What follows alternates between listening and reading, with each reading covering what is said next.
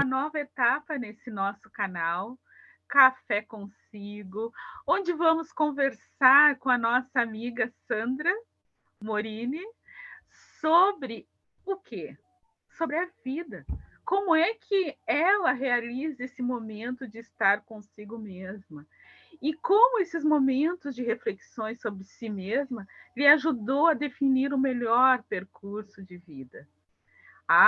Então eu gostaria de apresentar a Sandra, começando por pedir que ela fale um pouco quem ela é, um pouco de si. Quem sou eu? Na voz de Sandra Morini.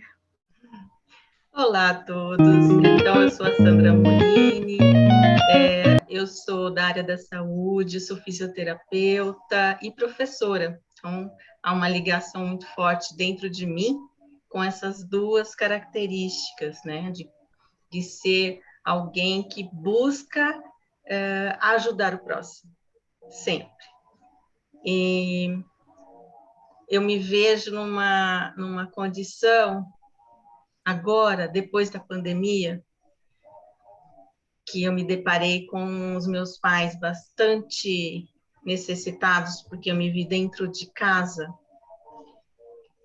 e fiquei muito dividida entre continuar na minha tarefa como professora e fisioterapeuta e cuidar deles, né? Aí eu estou em busca de algo diferente, para me autoconhecer cada vez mais, mas também para auxiliar tanto aqui dentro de casa, os meus pais, quanto outras pessoas que precisem, né, Mariana? A gente se conheceu nesse processo, né, de autodescoberta, e eu vejo em você um ponto de apoio, uma referência muito importante agora na minha vida, nesse momento. Pois é, Sandra. Todos nós fomos levados a fazer esse processo de olhar para dentro, né?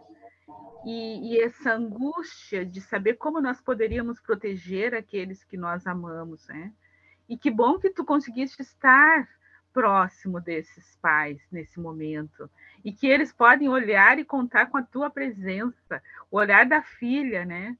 Algumas pessoas nesse momento, já na fase assim de idade assim avançada, não conseguem estar nesse contexto familiar, e isso já é em si uma bênção, né? Tanto para eles quanto para ti, com certeza. Eu gostaria de saber um pouco mais sobre a tua história. A tua história, assim, como é que foi esse desenrolar de vida para ti até chegar a esse momento? Bom, eu sempre busquei estudar bastante, me dedicar ao autoconhecimento também, mas eu trabalhava muitas questões externas, né? Acho que é uma fase da vida da gente, né, no crescimento. E teve um momento que eu me descobri que eu gostava da área da saúde.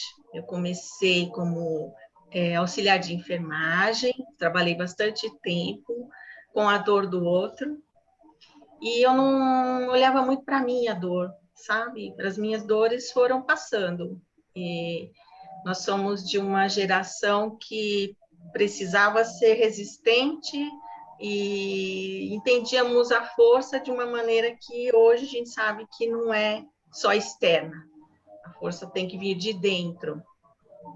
Então, nesse A gente desenvolver aprendia que tinha que suportar, né? isso, Tinha tinha que que suportar a suportar vida. tudo, sem Horas e horas de trabalho e dar conta de isso, tudo. dar conta de tudo, ser Mulher Maravilha, né? A gente acreditou por um bom tempo que para ser bem sucedido você tinha que ser uma Mulher Maravilha, um super-homem. E hoje a gente vê que não é bem assim, né? Que nós temos que buscar recursos próprios, internos, com auxílio de quem já chegou mais à frente. E depois que eu trabalhei um tempo na enfermagem, em contato com o sofrimento humano, eu me descobri também dentro da fisioterapia. Eu tive contato com fisioterapeutas e eu descobri, nossa, é muito bom, né, o que se faz dentro da fisioterapia. Acabei fazendo a faculdade, fui para o campo da docência, atuei como professora há bastante tempo na área de neurologia infantil, que é o meu foco principal, embora eu tenha outras especialidades, desde medicina chinesa até o Ai, que Pilates. interessante. Fosse ampliando o olhar, assim, né? Sim, sim.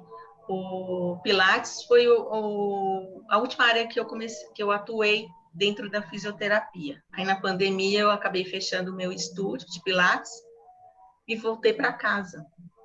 Até agora eu não retomei. E eu estou investindo em outro caminho agora, por conta de ter que ficar em casa pelos meus pais. Eles precisam de mim. Não é um momento de eu pensar em reconstruir um estúdio ou reabrir clínica, não. Eu preciso dedicar boa parte do meu tempo agora para eles. Então, o sofrimento humano me trouxe a buscar tanto as profissões quanto o autoconhecimento. Mas é interessante que a gente conversou um pouco em algum momento, né, anteriormente, que o profissional da saúde, eu também sou, né, comecei a trabalhar como técnica em enfermagem, sobretudo em UTIs, né, UTI adulto, UTI neonatal, UTI pediátrica, e até que concluí o meu percurso na saúde, trabalhando na saúde comunitária. E aí fui ampliando o olhar de valorizar o cuidado altamente estruturado na tecnologia, que é o cuidado de uma UTI, graças a Deus, né? Temos muito recurso tecnológico para nos ajudar a avaliar da melhor maneira possível aquele paciente, mas a gente às vezes esquece do ser humano cuidador, né? E do quanto conviver com a dor do outro de forma cotidiana e até com a morte mesmo, de forma rotineira, que acontece no espaço de UTI, apesar de todos os esforços, se perdem também muitos, entre aspas, né? Muitos pacientes, e aquilo vai nos afetando com o tempo. Não, impossível que nós, aos poucos, a gente não vá se desgastando.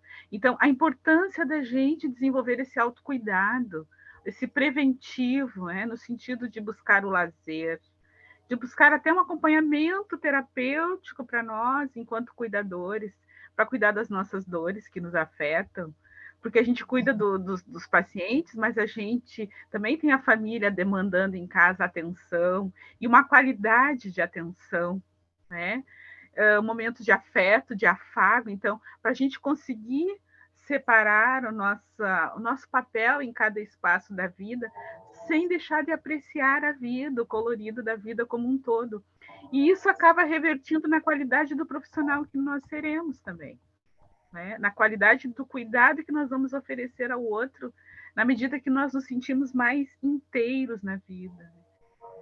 Eu não sei como que tu viu isso no teu percurso. Sim, eu senti realmente essa necessidade de... Chegou um momento que eu precisei me cuidar, não só pelas questões profissionais, mas por outras questões também, que nossa vida gira em torno de vários aspectos, né? E só que o contato com a dor constante do outro faz realmente a gente, em determinados pontos, se desequilibrar, né? Se você não tem uma sustentação, um conhecimento mais profundo do que é o ser, né? Do que é a consistência toda de uma pessoa, onde ela pode se estruturar, fica difícil, ficamos perdidos. Tanto que antes, nos picos, né, que a gente fala de evolução profissional, a gente não se dá conta de tanta dificuldade interna que nós temos. Vamos levando no automático, na correria, sempre querendo, sempre sendo exigido, né, na verdade, de nós uma coisa sempre mais, sempre mais, sempre mais, principalmente na área da educação, que eu atuei, né, como professora. Cada semestre são novas demandas, são dificuldades com alunos, com direção. E imagino agora com os professores, né, no período da pandemia. Não deve ser, não é muito fácil, não é fácil, não. Não é fácil. Não é fácil. O que a pandemia fez foi a gente, desculpa interromper, mas a gente se dar conta da nossa humanidade, da nossa fragilidade enquanto seres humanos, né? Eu acho que fazer a gente repensar como é que é a minha relação com o meu vizinho, até. Né? É. Então, nós passamos a ter um olhar mais atento para a vida. E isso tem que transformar a nossa maneira de estar no mundo, porque senão não tem sentido a gente estar passando por tudo isso. Né? Não teria sentido algum, né? Ela realmente, esse momento que a humanidade está passando é um chacoalhão para todo mundo olhar para si mesmo, olhar para o próximo, olhar para o que está fazendo, reavaliar. Eu vejo bastante como um momento de reavaliação geral, né? Tanto do indivíduo quanto da sociedade. Nessa trajetória eu tenho percebido isso, quanto é necessário que se reavalie constantemente os nossos sentimentos e os nossos atos, né, decorrentes desses Porque sentimentos. é o que nos levou a escolher determinada profissão nesse momento, né? Para que nós nos especializamos em determinada área e até que ponto aquele estar naquele lugar está nos permitindo sentirmos plenos, né? Vivendo a vida e não passando por ela, né?